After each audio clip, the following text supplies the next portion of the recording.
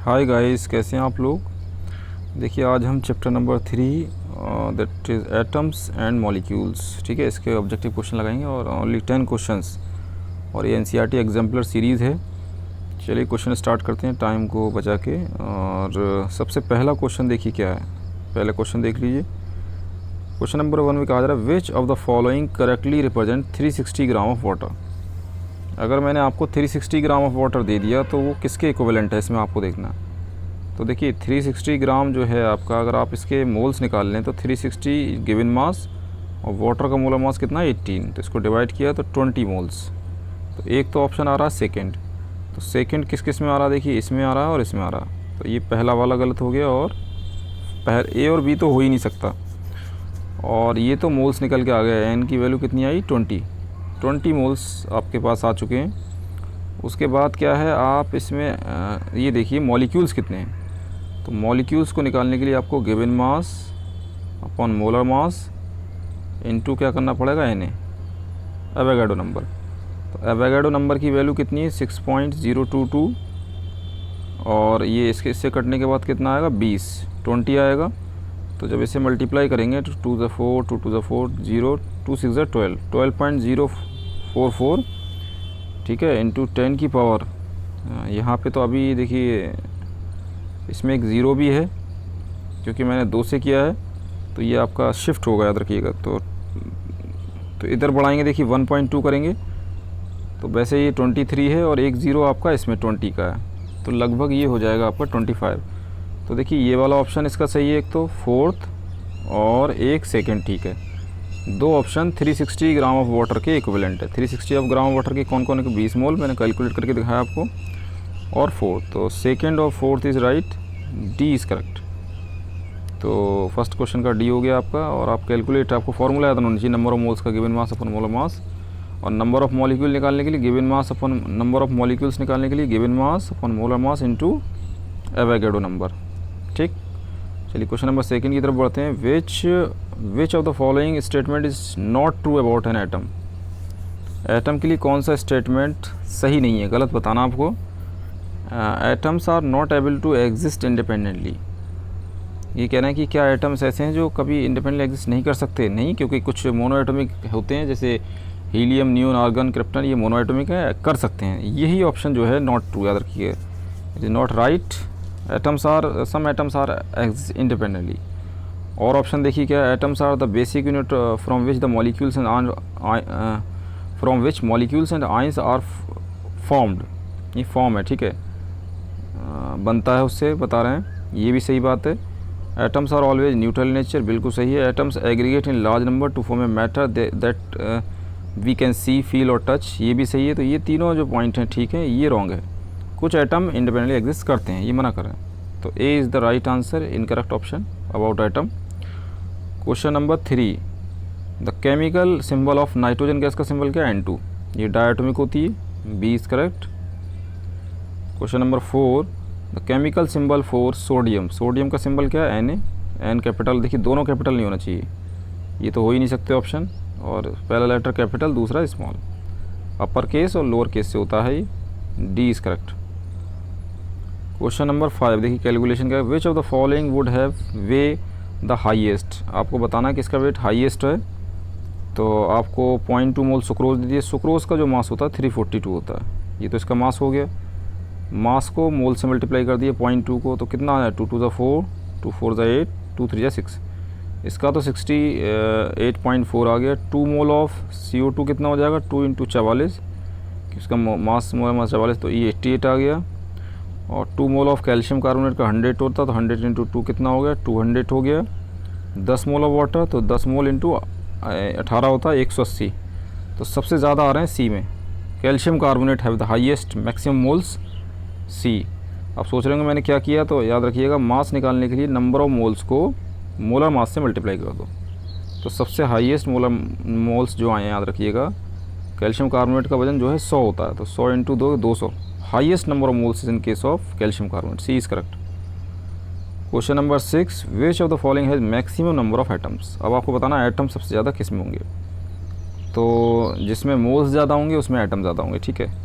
तो 18 gram of water, अगर आप n लिखा 18 given mass upon molar mass into Avogadro number, तो ये तो 1 Na आ गया, ठीक है। इसी तरीके से ऑक्सीजन में आ जाएगी गिवन मास अपॉन एक ऑक्सीजन एटम का 16 होता है, 2 का 32 इंटू Na। तो इसको आप काटेंगे तो देखिए कितना आता है। फिर आप निकालिए 18 ग्राम ऑफ CO2, तो 18/44 इंटू Na। तो लगभग इसमें तो वाटर में तो काफ़ी हद तक कम आएगा, वाटर में तो थोड़ा ज़्यादा है, इन दोनों में और कम हो जाएगा, याद रखिएगा, क्योंकि इनका पॉइंट में आएगा, याद रखिएगा। लास्ट है 18 ग्राम ऑफ मीथेन, तो 18 और मीथेन का एक कितना हो जाएगा आपका, कार्बन का 12, 16 हो गया ये, इंटू Na। तो जिस हिसाब से आप देख रहे हैं तो इसका हो जाएगा आपका 18 हो जाएगा आपका 12 4 16 इंटू Na। तो अगर इससे कट करेंगे तो आप देखिए कितना आ रहा है, लगभग 1 पॉइंट समथिंग, इसमें 1 पॉइंट समथिंग आ रहा है। और एवोगाड्रो नंबर से करेंगे तो ये ठीक है 18, और ये है 18/44, ये है 18/32, ये और कम हो गया, जितना नीचे ज़्यादा होगा उतना ही कम आएगा। और 18/18, तो ये हो गया 1। इस पहले केस में 1 बैठ रहा है और लास्ट केस में ज़्यादा बैठ रहा है। मैक्सिमम हाईएस्ट किस में हो जाएंगे, methane. Methane has the high maximum number of atoms, moles ज़्यादा तो एटम्स ज़्यादा, याद रखिएगा। कैलकुलेशन के ऊपर है आपकी, कैलकुलेशन कैसी है, क्योंकि आप इसमें क्या करेंगे, डी किस बेसिस पे कहा मैंने, गिवन मास, और इसका मोलर मास कितना हो जाएगा 16 into Na। Na Avogadro number है और 16 बन जाएगा, देखिए 16 हो जाएगा और 2 बचेगा, इसमें 1.1 हो रहा है इसमें, ठीक है, इंटू एवोगाड्रो। इतना ज़्यादा किसी में नहीं होगा, इसमें 1 हो रहा है, इसमें और छोटा होगा। डी इज़ करेक्ट, 6 का D. Question number 7, which of the following contain maximum number of molecules. Molecules किस में ज़्यादा होंगे, तो देखिए मॉलिक्यूल्स निकालने के लिए आपको क्या करना पड़ेगा, मॉलिक्यूल्स के लिए भी आपको यही करना है, given mass upon molar mass into Avogadro number.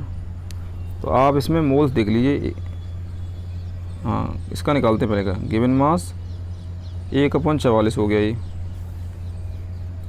ठीक है, क्योंकि इसका 44 होता है। और 1 ग्राम अपॉन नाइट्रोजन का 14, तो 28 हो गया, 1/28। तो 1/44 और कम हो गया, 1 ये आपका और छोटा आ जाएगा, 2 ये ज़्यादा, ये कम होगा, ये और उससे कम होगा। और 1/2 हाइड्रोजन के एक एटम का 1 हो गया, नहीं। सी देखिए, C has the highest number of atom. अब सोच रहे हूँ कैसे सी निकाला मैंने, तो 1 ग्राम अपॉन 2 इंटू एवोगाड्रो नंबर, तो ये सबसे आ रहा 0.5 इंटू Na। इस और ये कितना आएगा 1/16 इंटू Na। तो सबसे हाईएस्ट जो कि जिस केस में आ रहे हैं वो है आपका हाइड्रोजन, 0.5 सबसे बड़ा इसी में आएगा। तो maximum number of molecule found in the 1 gram of hydrogen, 7 हो गए। 8 की तरफ बढ़ते हैं। मास ऑफ 1 एटम ऑफ, पूछा जा रहा है कि एक एटम का मास कितना होगा, एक एटम ऑफ ऑक्सीजन एटम। तो एक एटम का जब भी निकालना हो तो देखिए 1 मोल ऑफ ऑक्सीजन ले लीजिए आप, 1 मोल ऑफ O2, तो उसमें एवोगाड्रो नंबर ऑफ एटम होंगे और उसका वजन कितना होगा, 1 एटम ऑफ ऑक्सीजन कह रहे हैं, 1 एटम। तो 1 मोल ऑफ ऑक्सीजन एटम यहाँ पे लिखना पड़ेगा, इज इक्वल टू Na। तो उसमें होंगे आपके, उसका जो वजन होगा वो होगा 16 ग्राम। कितना होगा, 16 gram. Mass of 1 atom of oxygen is, क्योंकि कार्बन का हमने लिया था तो एक एटम का कितना था 12, तो यहाँ पे 16 हो जाएगा। 1 मोल इज इक्वल दिस, तो 1 मोल ऑफ ऑक्सीजन एटम, एक एटम का वजन निकालने के लिए आपको क्या करना पड़ेगा, 16 ग्राम अपॉन Na। तो उस हिसाब से क्या हो जाएगा आपका A, ठीक है। आप क्या करिए, जो भी मोलर मास हो उस एटम का, एक एटम का, उसको एवोगाड्रो नंबर से डिवाइड कर दीजिए। समझ में आई बात। चलिए क्वेश्चन नंबर 9 सबसे लेंदी क्वेश्चन है। इसमें एग्जाम्पल में इतने लंबे क्वेश्चन होते नहीं हैं, लेकिन ये लेंदी है। 3.42 ग्राम ऑफ सुक्रोज और dissolve in 18 gram of water in a beaker, the number of oxygen atom in the solution. आपसे कहा गया 3.42 ग्राम ऑफ सुक्रोज आपको दिया गया, मतलब ग्लूकोज का ही फॉर्म है, C12H20, ग्लूकोज नहीं शुगर, C12H22O11, और 18 ग्राम ऑफ वाटर में आपको डिजॉल्व कर दिए गए। तो ऑक्सीजन आइटम कितने होंगे देखिए अब निकालते हैं। तो पहले सुक्रोज का देखिए कितना हो जाएगा। सुक्रोज का निकालने के लिए आपको क्या करना पड़ेगा, इसका फॉर्मूला C12H22O11, ठीक है, तो 1 मोल ले लिए, तो 1 mole of sucrose, 1 mole sucrose क्या कहलाएगा, शॉर्ट में लिखता हूँ मैं थोड़ा, तो 1 मोल सुक्रोज़ होगा एवोगाड्रो नंबर के बराबर। ठीक है, और इसका जो सुक्रोज़ का गिवन मास है वो कितना है, पहले आप नंबर ऑफ मोल्स निकाल लेते हैं। नंबर ऑफ मोल्स कितने हो गए 3.42 गिवन मास, और सुक्रोज़ का मोलर मास कितना हो गया 342। तो अगर आप इसे कट करेंगे तो ये ऊपर 100 नीचे आ गया, ये कट गया, तो नंबर ऑफ मोल्स आ गए 0.01।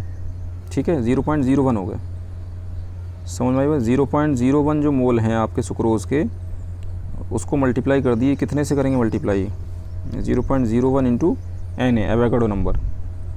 ठीक है, इसे एवोगाड्रो नंबर से मल्टीप्लाई कर दिया। और ऑक्सीजन के एटम सुक्रोज़ में कितने होते हैं, C12 H22 और O11, तो 11 होते हैं, 11 से और मल्टीप्लाई कर दीजिए, तो टोटल क्या हो गया, ये 11 एटम हो गए और 0.01 मोल हो गए। तो इसमें टोटल एटम पता लग गया आपको कितने हो गए, मल्टीप्लाई कर देंगे आप 0.01 को, तो 1 हो गया आपका, तो 0.11 ये इंटू Na, ये सुक्रोज़ के आ गए। देखिए 0.11 इंटू Na जो है वो सुक्रोज़, इसमें एवोगाड्रो की वैल्यू मैं रख नहीं रहा हूँ, ये सुक्रोज़ के टोटल एटम्स आपने निकाल लिए, सुक्रोज़ में ऑक्सीजन के टोटल एटम आ गए। अब आप क्या करिए, इसको जोड़ दीजिए किस में, ऑक्सीजन का मोल्स निकालिए, given mass upon molar mass into Na, तो ये 1 Na आ गया। और ऑक्सीजन के एटम कितने होते हैं, वाटर में H2O में तो एक ही एटम होता है, तो उसमें ये तो 1 ही रहा, तो 0.11 Na प्लस ये किसके, सुक्रोज़ के ऑक्सीजन एटम है, प्लस 1 Na, तो 1.11 Na हो गया। ठीक है, तो जब आप 1.11 Na को मल्टीप्लाई करेंगे, किससे करेंगे, सॉरी 1.11 Na आ गया, तो 1.11 इंटू Na की जगह आप वैल्यू रख दीजिए एवोगाड्रो की 6.022 इंटू 10⁻23, तो लगभग ये जो आ जाएगा आपका 6.68 इंटू 6.68 इंटू 10⁻23, ये आपको कैलकुलेट करना पड़ेगा। फिर मैं बता देता हूँ आपको एक बार कैसे करेंगे आप। सबसे पहले नंबर सुक्रोज़ के मोल्स निकालिए, फिर वाटर के मोल्स निकालिए। सुक्रोज़ के मोल्स निकालने के बाद सुक्रोज़ के मोल्स कितने आ गए थे 0.01, क्योंकि 3.42 था, 3.42 को 3.42 से डिवाइड करेंगे तो 0.01 आएगा, ये इसके मोल्स आ गए। इस मोल को आपने क्या किया, 11 आइटम ऑक्सीजन के सुक्रोज़ में होंगे, फार्मूला C12 H22 O11 है, इसी वजह से 11 आइटम से इसे मल्टीप्लाई किया, और Na और आपने मल्टीप्लाई बाय एवोगाड्रो, तो ये जो टोटल हो गया ये सुक्रोज़ का हो गया। ठीक है, इसी तरीके से क्या करेंगे आप, दूसरा वाटर का निकालेंगे, 18/18 इंटू Na, तो ये 1 Na आ गया। अब इसमें ऑक्सीजन के एटम पानी में कितने होते हैं, एक होता, तो एक से किया आपने तो 1 Na ही रहा। अब आप इसे जोड़ेंगे दोनों को, 1.11 कैसे हो गया, ये मैंने कैसे कर दिया, क्योंकि 11 आइटम हैं और 11 को 0.11 से करेंगे आप, 0.11 इंटू 11, तो ये 1.11 हो जाएगा। ठीक है, इंटू Na, इसको जोड़ देंगे, किस में जोड़ेंगे, आपका कितना आया था अभी 1 Na में, तो 1 में 1.1 जोड़ेगा तो कितना हो जाएगा 2.1 सॉरी, तो ये हो जाएगा 2.1 Na, और 2.1 को कितने से होगा ये 6.022, तो लगभग ये कितना आ जाएगा आपका इंटू 10⁻23 है। ये A is the most appropriate, calculation आपको करनी पड़ेगी, बहुत लेंदी कैलकुलेशन है इसकी। चलिए आगे की तरफ बढ़ते हैं। Last question of this chapter is 10, a change in the physical state can be brought. Physical state में आप चेंज कब ला सकते हैं, पूछा जा रहा है कि आपका फिजिकल स्टेट में चेंज ला सकते हैं। तो देखिए कह रहे हैं कि only when energy is given to the system, ज़रूरी नहीं, only when energy is taken out of the system. इतना करने से नहीं हो कि आप एनर्जी दें, आप आइदर कर सकते, C is when energy is either given to और taken out of from the system, या तो सिस्टम को एनर्जी दें या उससे लें, सी इज़ द करेक्ट। एक थ्योरेटिकल क्वेश्चन है, इसमें पूछा जा रहा है कि which of the following correct chemical formula, name it. तो इसका जो सही है वो BiPO4 है, बाकी सब फार्मूले देखिए CaCl है, इसमें 2 होना चाहिए, Na2SO4 होना चाहिए, Na2S होना चाहिए। Bi फॉस्फेट क्यों सही है, क्योंकि इसकी दोनों की ऑक्सीडेशन +3 होती है, ट्राई एटॉमिक हैं, तो ये कैंसिलेशन हो जाएगा, तो बिस्मथ फॉस्फेट हो जाएगा। ये सही है बी। तो it is all about the question of atoms and molecule. और any query ask in the comment box. Keep watching, sharing and subscribe my channel.